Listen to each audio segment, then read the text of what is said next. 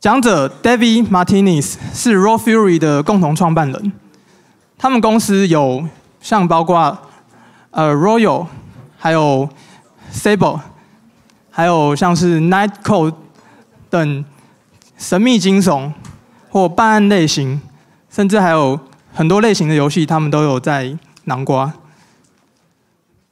然后等一下各位应该有看到，他已经用伊藤润二的图片来做代表，对。等一下会给各位带来有趣的讲座。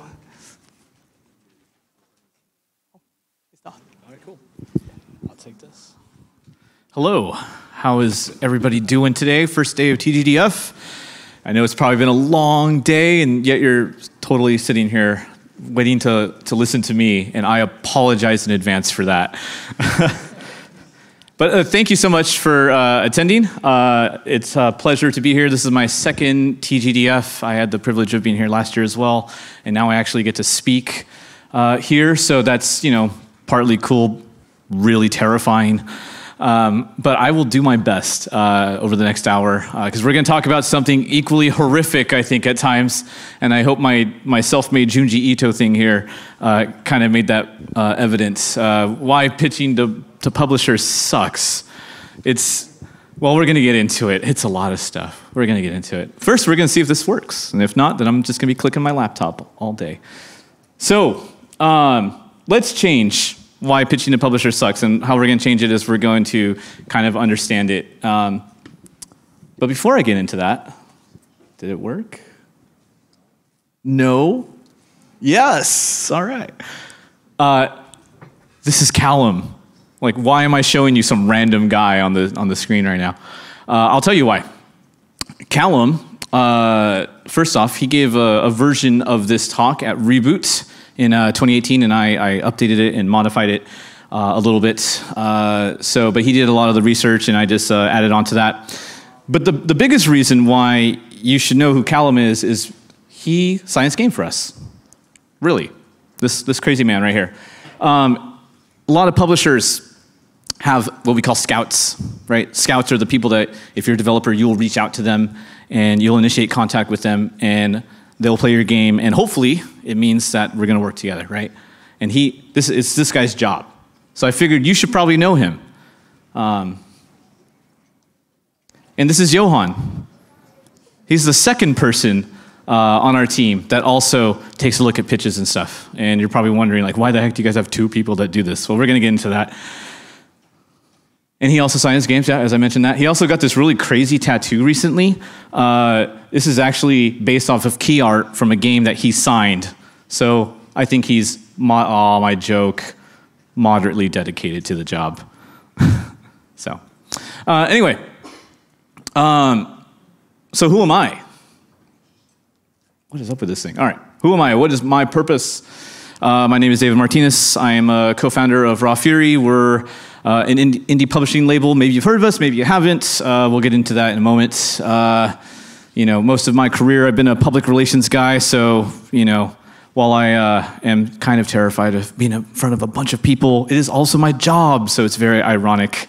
But most of my career in the games industry has been built on talking about games that we're publishing. And I worked at a PR firm in San Francisco, where I got my start working on some stuff back in like the early 2000s, early 2010s, like Limbo and Magica and other like indie darlings of this sort. And I really loved it. And then I started working on larger projects, and I thought that was great, but I wanted to go back to working on indie stuff, and here we are today, right? And also, I'm a terrible dancer. The only reason why, there's two reasons why this exists. One, I felt compelled to tell you I'm a terrible dancer. And two, I really like this gif of from The Fresh Prince of Bel-Air, so silly American TV show. Anyway, maybe you don't know who Rapture is, but maybe you know what our games are. So I wanted to show you what we've published. Let's see if this video works. Please work. It did not work. Oh gosh, don't do this to me. Oh no. All right, hold on a sec. Let's see if I can maybe just play it manually.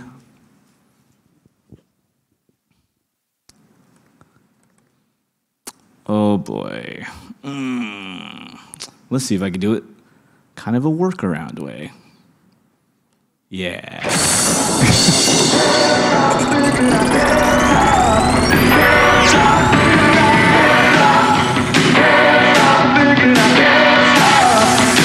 Fan-fucking-tastic.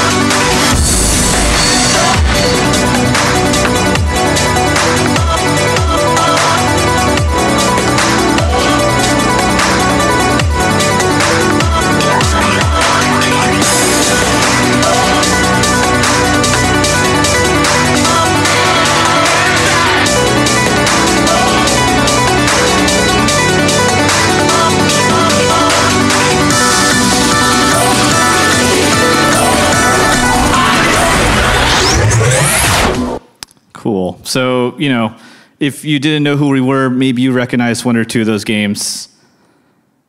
I hope that gives like a good idea of what we're about, right? We're like, you know, kind of silly indie publisher. So what are we here to talk about today? Well, we're here to talk about how kind of broken the process of pitching a publisher is. There's nothing uniform about it, but if you probably read this already, right? Because it's been on the screen for like 10 seconds. Pitching your game to a publisher is a deeply personal event, right? You've been working on a project. Maybe you've been working on it for a month. Maybe you've been working on it for a year. Maybe it's been 5 years. Maybe you've been working on it part-time while you're working a horrible full-time job, whatever. It's really close to you, right? And then you send it to a publisher and then you don't hear from them for like months, or you don't hear from them at all. And a million things are going through your head. And this one thing, this your baby, you finally shared it with a stranger you've never met in your life, and they don't even like reciprocate the same feeling. It's horrible, right? And I think part of this is that, you know, like I mentioned, there's no uniformity to this. There's no set process for this. Every publisher is different, but also it could be a tiny bit that expectations haven't been set. So that's what this presentation is about today. It's about what you could reasonably expect to go through when you're pitching a publisher. And I know I'm not selling this well, by the way, right? Because it's like, hey, I should be with the publisher. They're going to give me money and marketing and all that stuff, right? But you know, we are going to talk today about what the reality of the situation is and how we can best prepare each other for it, both from my perspective and from yours. So let's get right into it. What does a publisher want? You, a developer. Publishers don't know what they're looking for. Me, a publisher. That's nice, but that's not what we're looking for. And it's funny because like this is actually kind of true. And I don't have a good answer for why this is the way that it is. Sometimes when a publisher says, that's nice, but it's not what we're looking for, it means that, at least in our case, the game's free to play. We don't publish a lot of free to play games, but other publishers do. So maybe it's not for us, but it's for someone else. Or maybe your game is like really fit for mobile only. And again, that's not really like our thing, but maybe it is for another publisher, right? And the thing is, you might not know these things, right? So when you hear an answer like, oh, it's not what we're looking for, it just seems like a really terrible answer. But sometimes a game just doesn't grab a publisher. Sometimes it just doesn't feel right. Sometimes, well, we're going to get into it. I have a bunch of reasons later in the presentation, right? So what could you do to help mitigate a crappy answer like this? Bless you. I think the first thing is maybe take a look at the publishers that you want to approach. So, do publishers have a style? Hopefully as stylish as these guys here. Do publishers have a style? Yeah, they do. And we're going to go through a couple real case studies right now with some publishers that you've probably heard of. Here's the first one. Devolver Digital, the granddaddy of indie publishing. They've been around for, I think, over a decade now, and they kind of proved that there is a reason why indie publishers can exist. And I think, historically, they're kind of known for beautiful pixel art games, right? And most of the time, they're pretty violent, So you have like The Messenger right here. Just came out last year, like a really cool, like kind of Ninja Gaiden-esque experience. You have Katana Zero over there. And you have Hotline Miami right here, which is like what I consider their first really breakout hit. And it was awesome and incredible and really, really, really violent. And then you have Minute as well, which is not violent at all, but still really cool pixel art, right? But then they've also done stuff, and I love cheesy transitions, so that's why it looked really terrible right now. They did like Absolver, which is like this action RPG fighting MMO thing. Totally not like the rest, right? And you have Gris. Gris, this beautiful, wonderful, multi-award-winning watercolor turned into a video game, right? So obviously these two over here on the right don't look like the rest. And we're going to take a look at another publisher, Annapurna.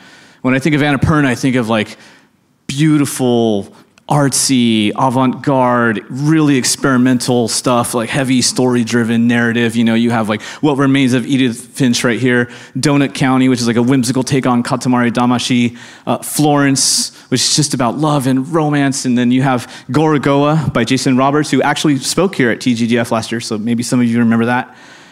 Like really cool stuff, and then they're also publishing Due Process. It's like Rainbow Six Siege, the indie version. It's like team PvP stuff, right?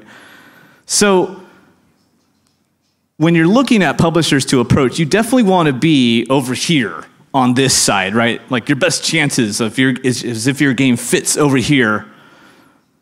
But also, don't be afraid to pitch something like this to a publisher like that. They might want to take a chance. Just one thing you have to keep in mind is if you do go down the process with this one right here, if you're this game in a publisher fit like that, then you'll have to decide for yourself if you want to be like that experiment for that publisher, right? This might be the publisher like, oh, we want to take a chance and branch out, and you need to decide if you want to be that or not. But the whole point of these two slides is that like you might want to try to be like some of the games over there on the left if you want to set your expectations properly, but don't sell yourself short. Feel free to pitch whoever. Just go in knowing that this is the less likely outcome. So now you've researched your publishers, and it's time to prepare all the information that you're going to need to send to them to hopefully get your game published. So what information should you have prepared? I have 5 things here that I'm about to list. I think the first 4 are really important, and the 5th one is kind of like a nicety. But here we go. First and foremost, a build of your game, right? Video games, we like to play them. Publishers want to play them.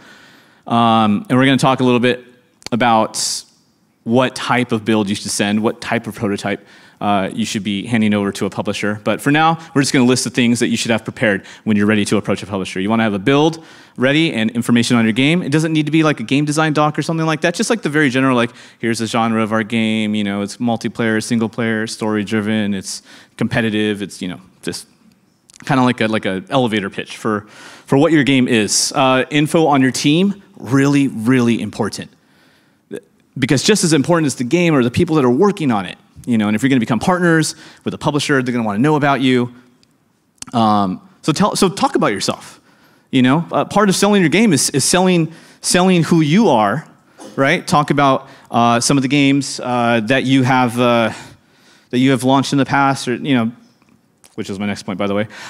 Talk about like the schooling that you went to, or I worked at this AAA company and now I'm going off on my own. Like tell them your story. They want to hear about it, right? Talk about all the other experience that you have. Previous games that you made is a huge bonus. If you're a first-time developer, that's fine too. But if you've got more stuff to show, you totally should. And then budget, that's probably the scariest one, because not only do you have to talk about, your baby, but now you have to talk about how much it's going to cost, and that's a whole other thing, because sometimes money gets really sensitive, right? But I promise you, in this presentation, we're going to talk about easy ways to get through that, and it's painless. It's really not as daunting as you think. And then the final thing, the nicety, like a kind of like a basic market forecast, like a competitive landscape. Talk about where your game fits in this genre. Like, oh, I'm making a tactical strategy game that's kind of like XCOM. So my direct competitors are XCOM and Into the Breach, and or no, I'm making a game that's like Advance Wars. So my competitors are X, Y, and Z. Just this is good just for yourself, just to figure out where you place in the market. If there's an audience, you'll have an idea of what the challenges might be. So now that we've talked about like the 5 things that you should have prepared when you're ready to approach a publisher, let's talk about that. One of the really big ones there, the prototype. And before we talk about the prototype, I'm going to lay a harsh truth on the screen right now. The build might have taken you months to create, and it only takes publishers less than a minute to say no. And I'm glad you guys are laughing at that, but this is true. Now, I'm not going to say every publisher's like that. Earlier, I showed you 2 guys that we have employed dedicated to looking at pitches. This is part of the reason why we don't want to be that publisher that does this. We want to make sure that everyone that sends in a pitch and everyone that we talk to, that they get a proper response, right?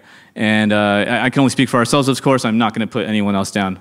But I know that there are some publishers that they'll just say it right on the website, like you can submit your game to us, but we might not be able to respond. And that's fine. Maybe they've got the one person, that one person's incredibly busy, and they can't even respond saying that we got your pitch or whatever, right? That's totally normal. You got to go in knowing that. But this hurts a little bit. You work so much on a game, and it can take publishers like no time to be like, and that's it. So let's talk about what you could have in that prototype that might make it more appealing, or let's talk about also when you should be showing this prototype. So here we go.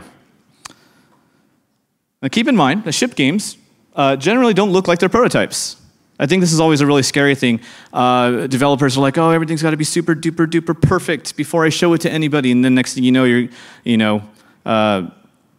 you've got no more money for the development, you've got no more money to keep the doors open, and then you can't find a funding partner, and then your project's dead. So you don't want to go through that. So keep in mind that not every game looks the way when it was shipped as a prototype as the way that it was shipped when it went into retail. So here we go. Here's some examples, some real examples of games that went on to be successful. Like everybody goes to the Rapture. Here's what it looked like when it was being thrown around, and here's what it looked like when it was released. Quite the difference, right? Offworld Trading Company, really cool, like kind of competitive RTS. You can see really basic prototype here with the UI and whatnot, and then this is what it looked like. Whoops, what it looked like when it came out. So you can still see like a lot of the same stuff intact, but much prettier over here. I think Spy Party is my favorite example.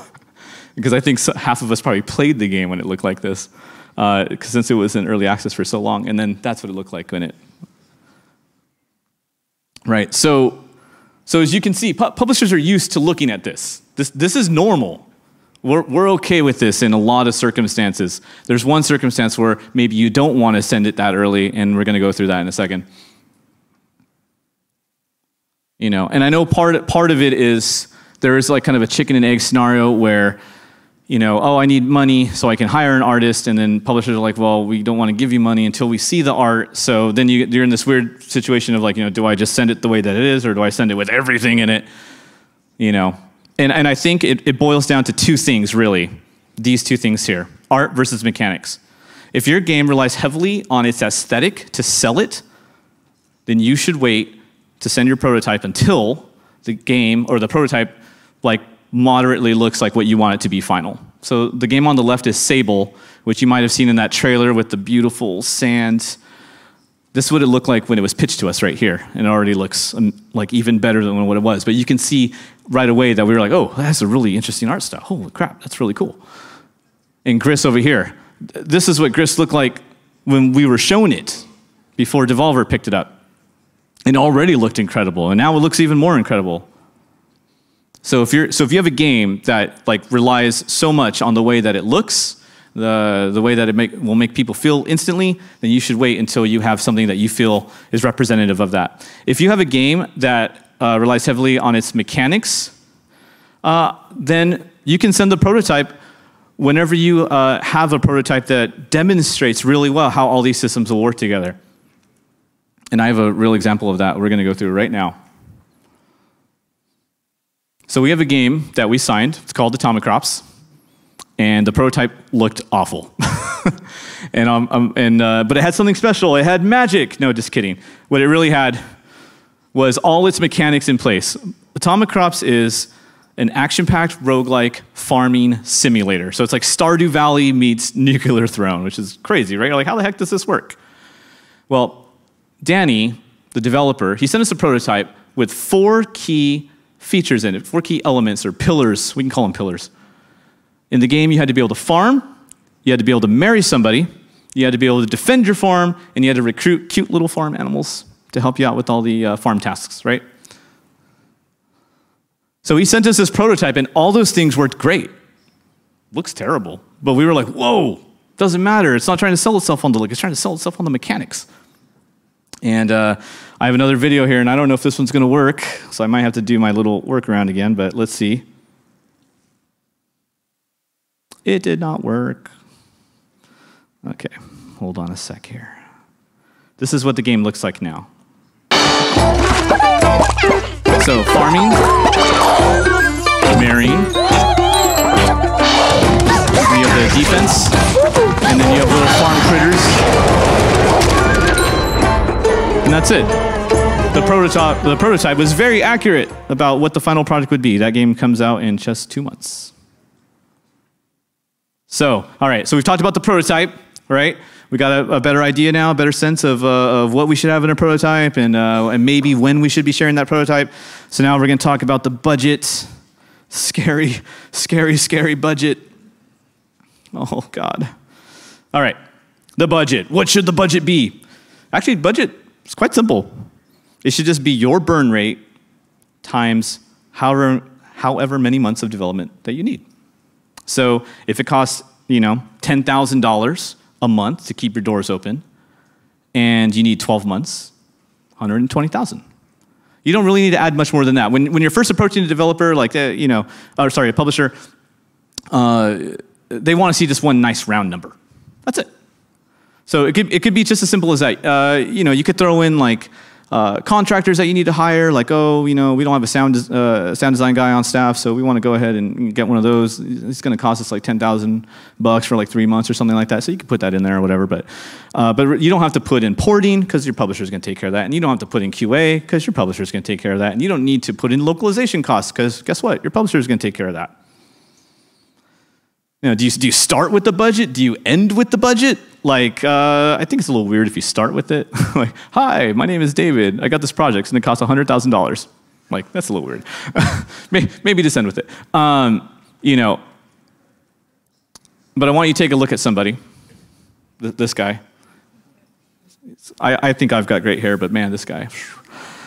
His name is Shams Georgiani. Him and I used to work together at Paradox Interactive, and he's kind of like their biz dev wizard. And he says that if he doesn't see a budget on the last page of a pitch deck, he sends it back, which I think personally is that's a little bit much. But what it does indicate is that you should have a budget ready because the first question, if not the second or third question, is going to be what's the budget. If you don't send a budget, you're going to be asked what the budget is. So you should have the budget ready. So here's one way that you could accurately show the budget. And it's not even accurate, really. I mean, this is more of like an estimation, but it gets really approximate, right? This is all fake stuff, but we actually got this from a team that we're publishing in Canada. And what they did was they listed all their employees and how much the hourly rate was and how many hours they're going to work per month and how much that's going to come out to. And then few contractors right there. They're based in Toronto, so they put it into Canadian dollars. If you're pitching Western publishers, you might want to put your final number into US dollar or into euro. And that's it. I mean, chances are, if you're running a company, you probably have something like that already. So, pretty Pretty simple. All right. And before you send off your pitch, think to yourself, is everything in your pitch fixed? What that means is everything that we're going to send, this is what we want to do. This is how we want to portray ourselves. The answer should be yes, everything is fixed. Because publishers hate this. They hate when they talk to developers and they come with like, I've got 5 different budgets for 5 different versions of the game. Which one do you want? And most indie publishers are like, no, we're not hiring you for a job. We want to fund your project. What is the best version of your project? Just tell us what that is and how much that costs. And that's it. Like, now I do understand that let's say that you have a game that you're building that is single player, but you could design it to be a multiplayer game.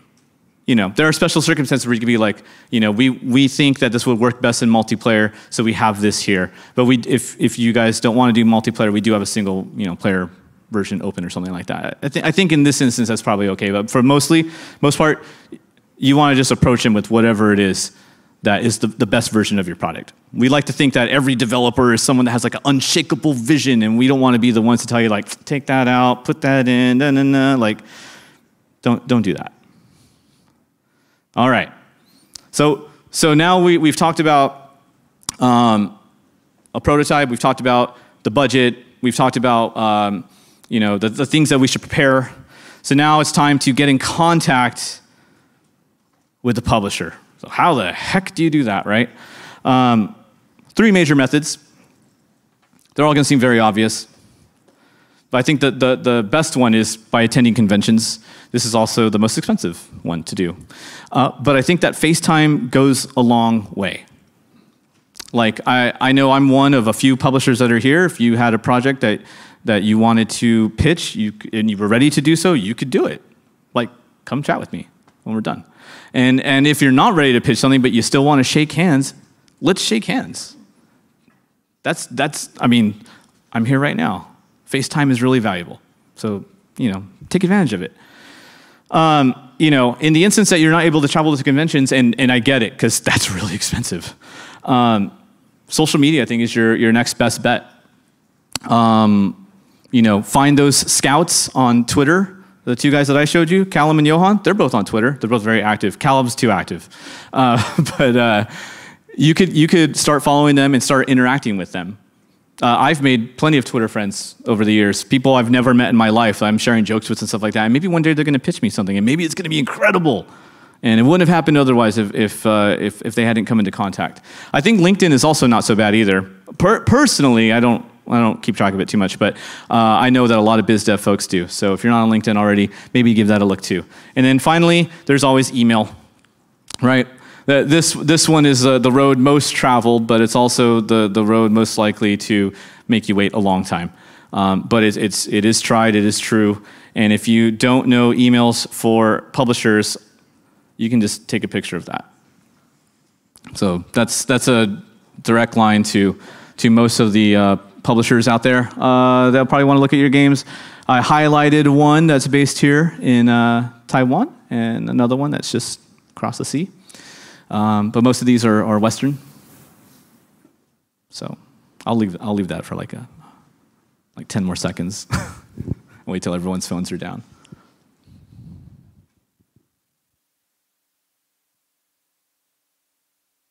But whenever you're ready to publish your project, please bother these people. Just don't do this, where you just CC everybody. That's real, by the way. So don't do that. You use this responsibly. All right. Okay. All right. So now we're ready to write our first email. Holy crap! This is oh boy. This is a real email. That font's really small. I will paraphrase it, but this is a real email.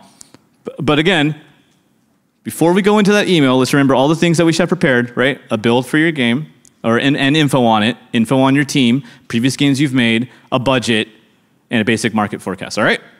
Remember those things? Okay. Here we go. First contact. Hi, people at Raw Fury. We just read your post at Gamma Sutra and really loved your spirit. That's a good opening. It's nice and personable. It's not just like a blanket email. Maybe the rest of it's blanket. I don't know. But that's a nice touch. They say, we are a 2-year independent team made of 2 people located in Belo Horizonte, Brazil. Sweet. Now I know it's a 2-person team, and I know where they're from. That's great. They're starting to tell me about themselves. Fantastic. Until now, we have been trying to self-publish our work, but all we learned these 2 years is leading us to understand that we don't need to do everything by ourselves. They have a purpose to get a publisher beyond just money. That's also nice. Our first game was Magenta Arcade. At that time, we had no idea how to launch a game and did all the learning on the fly. So they have previous experience. And they link to their game so we can check it out. Our philosophy is to build awesome games that have deep mechanics, concepts, and interaction. Cool. So they're telling us more about themselves and their design philosophy. And this is the big one. For our second and next game, we believe to be ready to collaborate with people who will put our game out there and let us focus on development. And that is the reason we're reaching out to you to ask if you might have interest in working with us for this game. There's a lot you can already see about the game on our website, Twitter, devlog, and press kit, all linked. So now we have direct access to everything about their game. And you can, of course, ask us anything you want. The game has been under development for 8 months, and we expect it to be in the oven for 5 more months. Boom. Now we know when it's going to be ready. We have all the information we need about the game itself. And this is my favorite part right here. If there's any interest, we would like to know what you guys offer and what you could do for our game and for us. Man, this question never gets asked. No one ever asks that question. It's wonderful. Like, when you're reaching out to a publisher, it's really daunting, right? Because it's like, oh man, these are the guys with all the power, right? They say yes, they say no, and it's really nerve-wracking. But we're humans too, and you should question us. You should totally ask, if you're interested, what would you do for us? That is a legitimate question. And I think most people would be glad to answer. And if they're not glad to answer, maybe that's not a good partner to have. So we signed that game. That was the very first email that we ever got from this team making a game called Dandara. It came out February 2018 for Switch and all the other consoles and PC, and even on mobile. We launched it everything all at once, and it was awesome. And that team was wonderful to work with. And that was the very first email they ever sent us, completely blind. We had never met them previously. So there you go. You could also just do this. That's the whole email, signed. But it had all the pertinent information, right? Would you be interested in this game? It is this type of game. Here's a website to the game. Here's a build for the game. Here's my link to my personal site with all the information you need on me. Boom.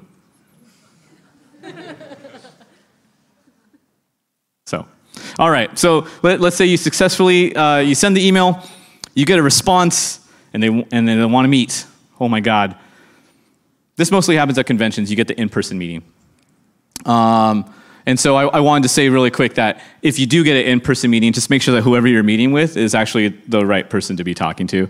Because we've heard too many horror stories about people that have like these amazing meetings at like GDC or something like that, and then it turns out it's like the head QA guy who has no decision-making power whatsoever or something. So, maybe when you get that meeting, do a little bit of research on who it is that you're meeting, and maybe if it's someone that you shouldn't, that doesn't really have any say in anything, maybe start poking other people or something, or take the meeting and ask for cards or whatever. I don't know. Hopefully you don't ever find yourself in that situation. But okay, so you've sent the email, maybe you've had the meeting, and now it's just a waiting game, right? And I think this is probably the most excruciating part about pitching your game. And this is one of those moments where it's like, let's set expectations, right? When you send an email or you take a meeting and then you hand them the playable, it might be a really long time before they respond to you. You'll be thinking to yourself, like, they're ghosting me. Like, they haven't replied in weeks. Like, why is that? Why don't they want to talk to me? I put together all this information. I spent months making this build, and I spent, days agonizing over every single word in my email. And then they responded, and then nothing after that. Why? Well, the reality is, publishers look at a lot of games. We kind of mentioned this at the beginning, but here, let's make it real. This was as of this morning. We have 64 projects in our queue. I have 2 guys looking through these. They have 64 to go through right now. So it's just it's just the way that it is sometimes. I hate to say. But be patient. If someone responded to you, that's already a fantastic sign, you know. And you should feel free to follow up. I wouldn't like, you know, follow up like the day after, you know. I wouldn't follow up even the week after. Maybe give a few weeks or something like that. Space it out a little bit. It's like when you meet someone new for the first time, you're not going, hey, hey, hey, hey. You know, it's kind of weird. Don't do that. And then when they do respond, you might get the reason for why they didn't sign your game, right? So it could be like the genre. Maybe they don't dabble in that game. Maybe they don't do free to play. Maybe they don't do mobile, you know, or maybe they already have a game that's similar. I have had a couple developers this year that showed me really awesome stuff that I was like, this is great, but we already have this other game that we haven't announced yet that is almost like yours, you know. Doesn't feel right. You might hear that. It's terrible, but you might hear that, you know. Doesn't immediately cause a reaction. It's just similar to doesn't feel right. Like, oh, it didn't stir me or whatever, you know. Maybe I didn't eat breakfast, you know, like, oh, I'm having a bad day. I hope no one actually gives you that. That's terrible, but us, you know, indie publishers, right, we're not very big. Last year, we signed less than 1% of the games that we reviewed in 2018. We were asking, how many titles is that? We signed 3. We signed 3. That means we looked at over 300, and we signed 3. But things have been flow. This year, oops, did I not put it up there? There we go. This year, we've already signed 5. It's barely July. So, not too bad, right? And I know other publishers the same. You know, the publishers that are ran by like 1 or 2 folks, they're probably only signing 1 a year, if even that. You know, some of the larger ones, they might be signing like 7 or 8 1 year, maybe 2 the next year, maybe 10 the next year. You know, so it could just be like a timing issue too. But that's a real concern. And then I wanted to give you guys a little insight into how Raw Fury goes through the process. The process, trademark. First, we take a look at your build and your budget. And then if Johan and Callum like what they're seeing, they open it up to us, another team of ours, a few volunteers that love looking at new projects. And they do some wider play sessions. And if they get people that are really interested, we start talking much more about your team, going in depth about who you guys are and digging into your history a little bit, the scope of your game, your current financial situation, the pitch itself. And if we like all those answers, then we invite our entire company to play it. Now it's like whoever wants to check this thing out, you should check it out because this thing looks awesome. And if we get like a really good consensus within our company, then we'll start doing our due diligence. And we'll do a face-to-face. Either we'll fly to you or we'll fly you out to us. We're based in Stockholm. And after that, just cuddles. That's it. Hopefully now we've all worked together and this will be great. It's going to be fantastic. We're going to be in a multi-year commitment. Oh, it's scary, isn't it? We're rounding out toward the end here. I went a little bit faster than I thought, but I also wanted to leave a lot of time for Q&A. In conclusion, we want this person. I am an untamed creative genius. I am a reliable worker. Here's money. Yes. It's good to be this. Don't get me wrong. This is fantastic. But you also have to have this acumen as well. You have to have that ethic. And you should not go with this person. Where here's your beautiful thing, and then they take it and make it look like everything else. You should, if you get a hint of this, run away. And that's it. And that's my email. So you can reach out if you want anytime. So.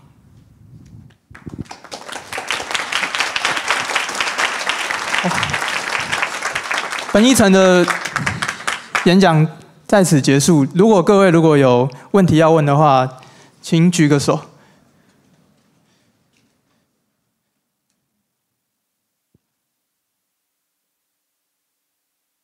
有人有问题吗？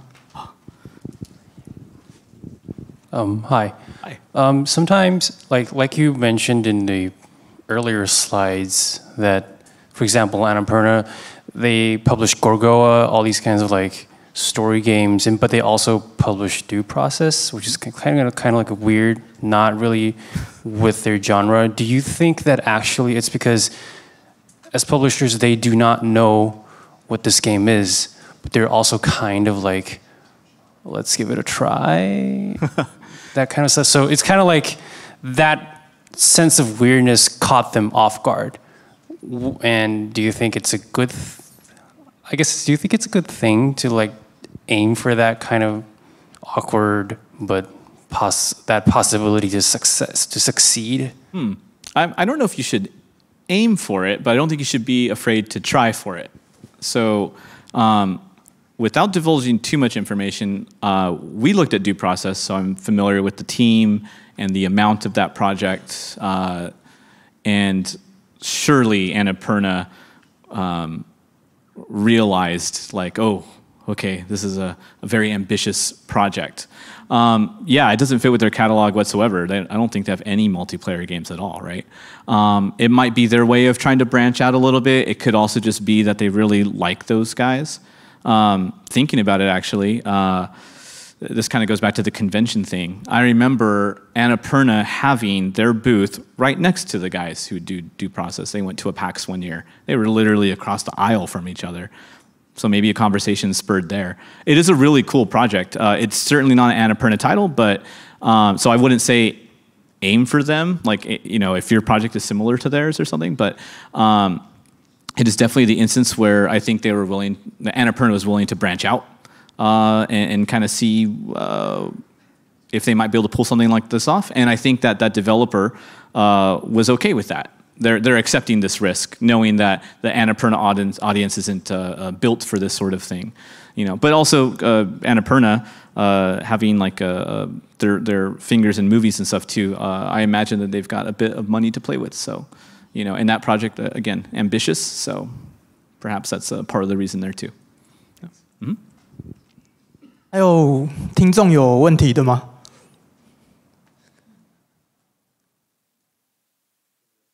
Yeah, please. Oh, there's a mic. It's right there. You mentioned Greece was pitched to you, and then Devolver got it. Yeah. Did you reject it? What happened there? No, they rejected us. Oh, they pitched to you, and then you said that yes, and then they said no, maybe. Oh yeah, I mean, I could tell lots of stories about who we have said no to and who has said no to us. That happens a lot. You know, if you're a developer and you have a project and you're getting multiple people interested in it, then you have the benefit of being the person who gets to choose. So in this case, I'm sure they approached many more than just Devolver and us. And I'm sure slowly but surely they whittled them down till they finally got the partner that they felt was the most appropriate for them. So yeah, when we saw that game, we were like, whoa, this thing is incredible. It's gorgeous. And we played like an early version of it, which is basically like the first like 15 minutes of it. And it was beautiful. And we tried to get that project, but they decided that we weren't the right fit for them, which is a great position for a developer to be in. I wish that we saw that more often. Right. Like, would you say every developer should get at least 2 publishers to say yes before they commit to one? Ooh, that's tough. If you are fortunate enough to have 2 publishers going for you at the same time, just do your best to not piss either one off. That's it. Because the last thing you want is to have no deal. But if you find yourself in that position, just be a human being. Don't do anything to them that you wouldn't want done to you. Right? It's business, but we're also people, and folks are going to remember something, they might be on a stage talking about this very same story or something like that. But yeah, if you find yourself in that position, I would just, I guess I would just ask each one for like a final offer and then just decide this is what you want to do. But I would also, and this has happened to us too, I would be really transparent about not who you're talking to. Like, you don't have to say that. You know, like, hey, Devolver, I'm talking to Annapurna. Like, you don't need to do that. But you could and should say that you are seriously talking to one other potential publisher.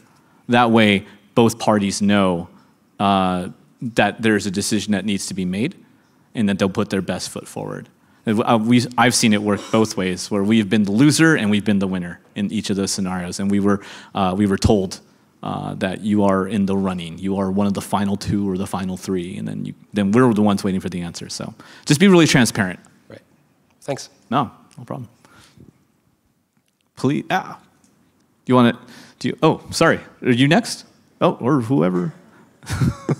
有问题的请举，就是有问题要发问，请举个手。I should not lead that. I should let you do it. Hi, I'm CJ. Thanks for your talk. I'm actually an indie game publisher, starting indie game publisher. So my congratulations. Yeah, thanks. It's still starting. So my question is, when you were just starting your business, your game publishing business, how did you persuade other game developers to let you publish a game for them? Oh. Like, yeah, how do you persuade them? And yeah, that's the question. All right. Yeah. So, it's like story time now. Okay, I'll try to give the condensed version of this story. So we started off by publishing, by signing one game before we were even known. That game is called Kingdom. It was the first game that came out, and that story is essentially one of the two guys on that team shoulder tapping our founder, who at the time was working at a different company. And he was like, hey, we really need some help, marketing this thing. And then our founder, Jonas, he started really thinking about it. Oh, I hate my desk job. Maybe I should start a publisher. So what he did was he had another friend of his that he had done business with in the past who became our first angel investor. And so we approached that project and said, we would love to do the marketing for it, and we could also fund it. We have an angel investor. We could do this much. We think that should be enough to get your project out. Is that okay? And they said, yeah. So it was a combination of like of a friend asking for help, right, and trusting us, and then a little bit of being able to get an investor on board that we could use to fund the development. Because this is like 2015. There were publishers that are indie publishers that weren't funding anything, and so our small edge was that we had an angel investor that was willing to fund a couple projects. And so we approached these developers and said, maybe so-and-so publishers is asking you to come on board with them, but if you come on board with us, we can actually give you a little bit toward the development. And so that's how we were able to get through that. I don't think that anyone that, like any publisher that takes like a 30% cut or something like that in exchange for marketing is like, I don't think that's a bad thing or whatever. But at that time, we wanted to set ourselves apart a little bit, and so this is the way that we did it. But largely, it started just because we were friends with the developer. So if you have any friends who are making games, maybe you should give them a chat. Cool. Hello, thank you for the talk. It was excellent. I noticed that there were only two online multiplayer PvP games on there, Due Process and Absolver. Do you have any advice on how to approach publishers if you're making that sort of game, or if there are any publishers that you could recommend that are particularly well suited for, judging those kinds of games and deciding and publishing them? Hold on, let's go back to the publisher list. Just imagine some silly music. Wow, this is taking way longer than I thought. All right. Okay. So first off, I gave Devolver and Annapurna as just publisher examples, right? They're obviously not the only two. Multiplayer. Let's see here. If it's kind of like 2D-ish, then Chucklefish is cool. They did Starbound. And let's see here. You have Coffee Stain. These guys did Sanctum 1 and 2. What was that? Sanctum is like multiplayer online game. Are they PvP or? Oh, yeah, Sanctum was PvP. Yeah. And then, let's see here.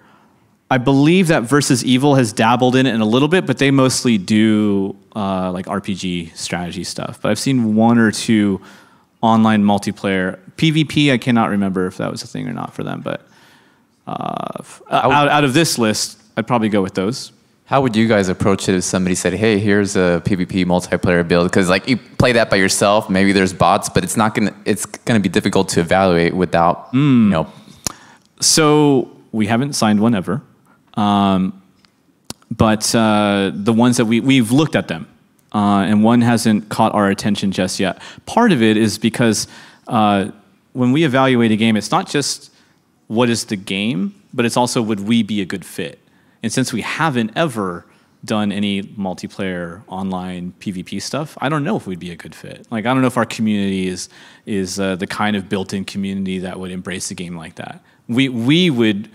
That game would be the experiment for us, the way that like due process is for Annapurna, and the developer had to be okay with it. But with that said, your question is, do you do it with bots? Or, I mean, I think if it's possible, because I've seen this, you might want to have some kind of netcode in there already.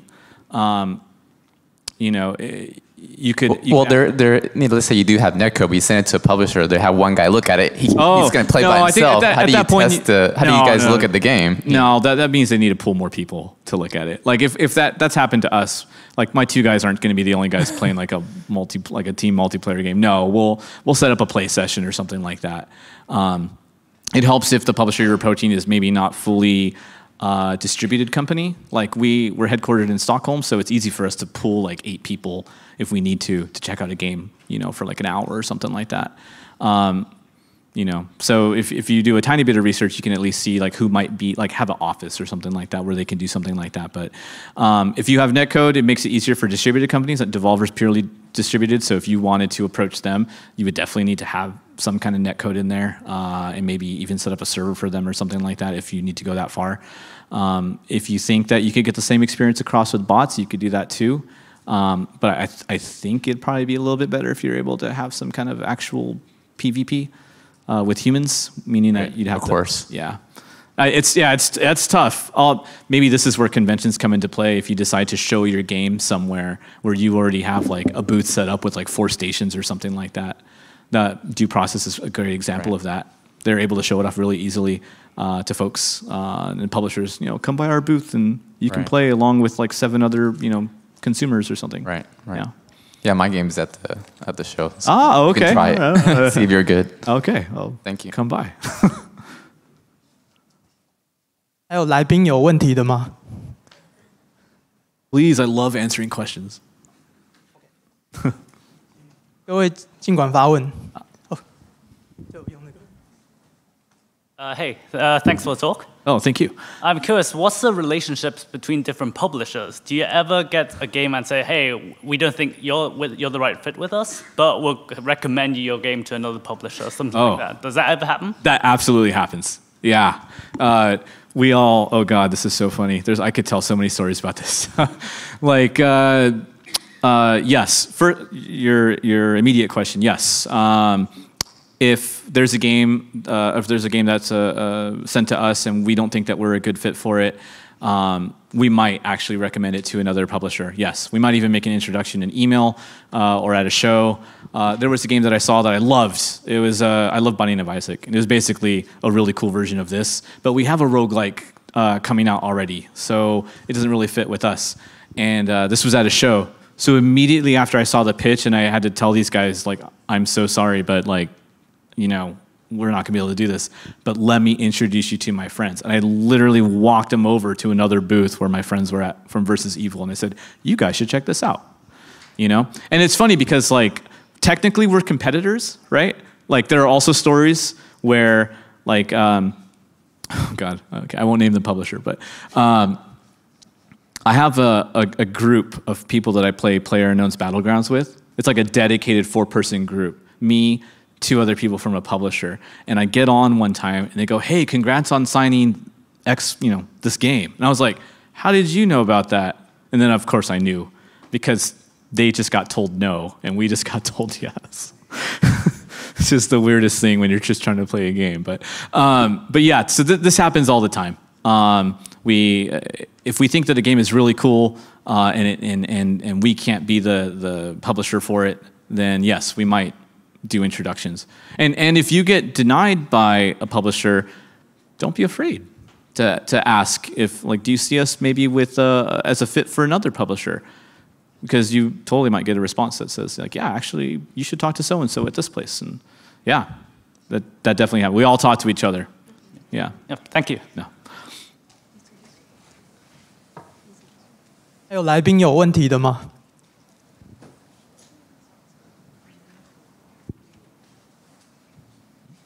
Ooh, seconds. Nobody else has another question. I have one. So just to give an example, as Spy Party, right? You showed their prototype version. I think he was using some art from like The Sims or something early on. Yeah. But let's say you're a solo developer. You're just like he is. You're a programmer. You're not an artist. You send in a prototype. You have to provide a budget. But a big part of budget is going to be then the final art, the final sounds, all that stuff that's not in the prototype. Mm-hmm. And we all know that art and sound, all that can be a big part of a game's budget. Mm-hmm. And if you haven't even found what artists you're going to work with, how do you pick a budget?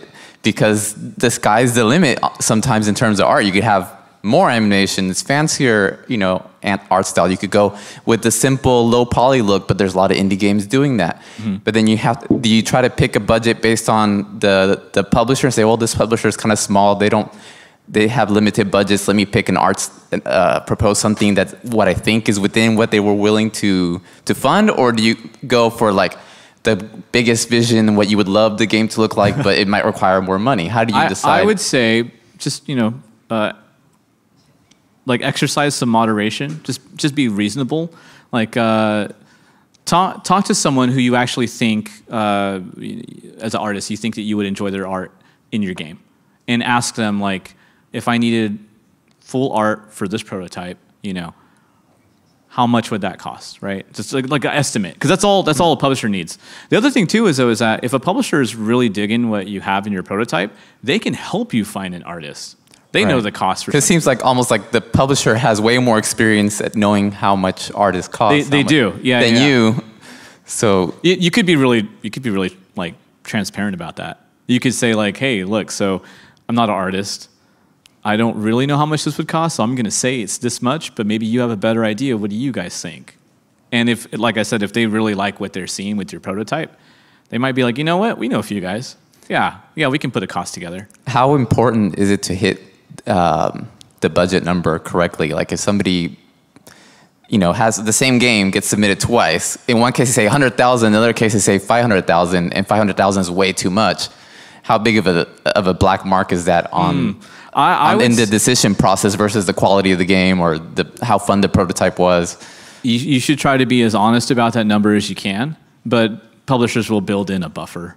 We have not shipped any game on time ever, which means that it costs more than what was presented to us. But we know this going in. Don't tell anyone I said that. 好，我们再问最后一个问题。Oui. Sorry, my English isn't well. It's better than my Mandarin. I apologize. Well, I'll do my best. Is there any experience that one develop team failed to pitch to you first time, then they come back second time? Is that a thing, or if this is occasion, how to do that? Like if I fail first time, then when should I come back second time? I know it's about if the developer team are ready or not, but if they fix maybe 1 week or 2 weeks, then they think, yeah, this changed everything, then I won't try again. Is that, will that be annoying, or? That's not annoying, and that is a thing. That happens, that's okay. So I'll give you a real life example. We had a game that was shown to us at GDC, not this year, but the year before, so 2018, and it was called Star Renegades. And it was kind of like this motorcycle racing game, kind of like if you took Akira, the anime, and you turned it into a game with pixel art. That's kind of what it was. And it didn't really hit with us because racing games is like one of the few genres like we're just like, like we're not going to touch that. So 6 months later, we get an email. Now we're at Gamescom. So this is in Germany. And developers like, hey, I want to show you Star Renegades again, except it's not the same one that I showed you at GDC. So they kept the name, but they made the project completely different, which is a little confusing. But this is an instance where a developer showed us one thing, we didn't dig it. They showed us a second thing, and we ended up signing it, which is why I'm talking about it by name. And in the instance, though, that you have the same project that you are trying to pitch, and maybe you sent it in too early, right? And now you feel like this game is so much better now than what it was before. I say go for it. I think here's the key difference, or here's the thing to think about, excuse me. If the game feels and looks drastically different than the first time you presented it, go for it. If this is like, oh, I made a racing game, but now I've made a racing game with Nitro Boost, like, don't approach them again. It's the same game. So if it's drastically different, do it. Absolutely. Yeah. You never know who's going to say yes. Thank you. Mm-hmm. Yeah, just do it.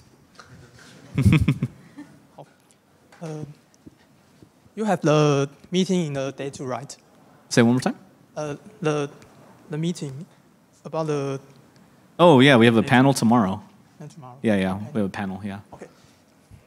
提醒各位，在第2天的1点半到2点半 ，David Martinez 有一个座谈会，所以如果有问题的朋友可以到场询问他。然后我们的议程到此结束，请各位以热烈掌声谢谢 David Martinez。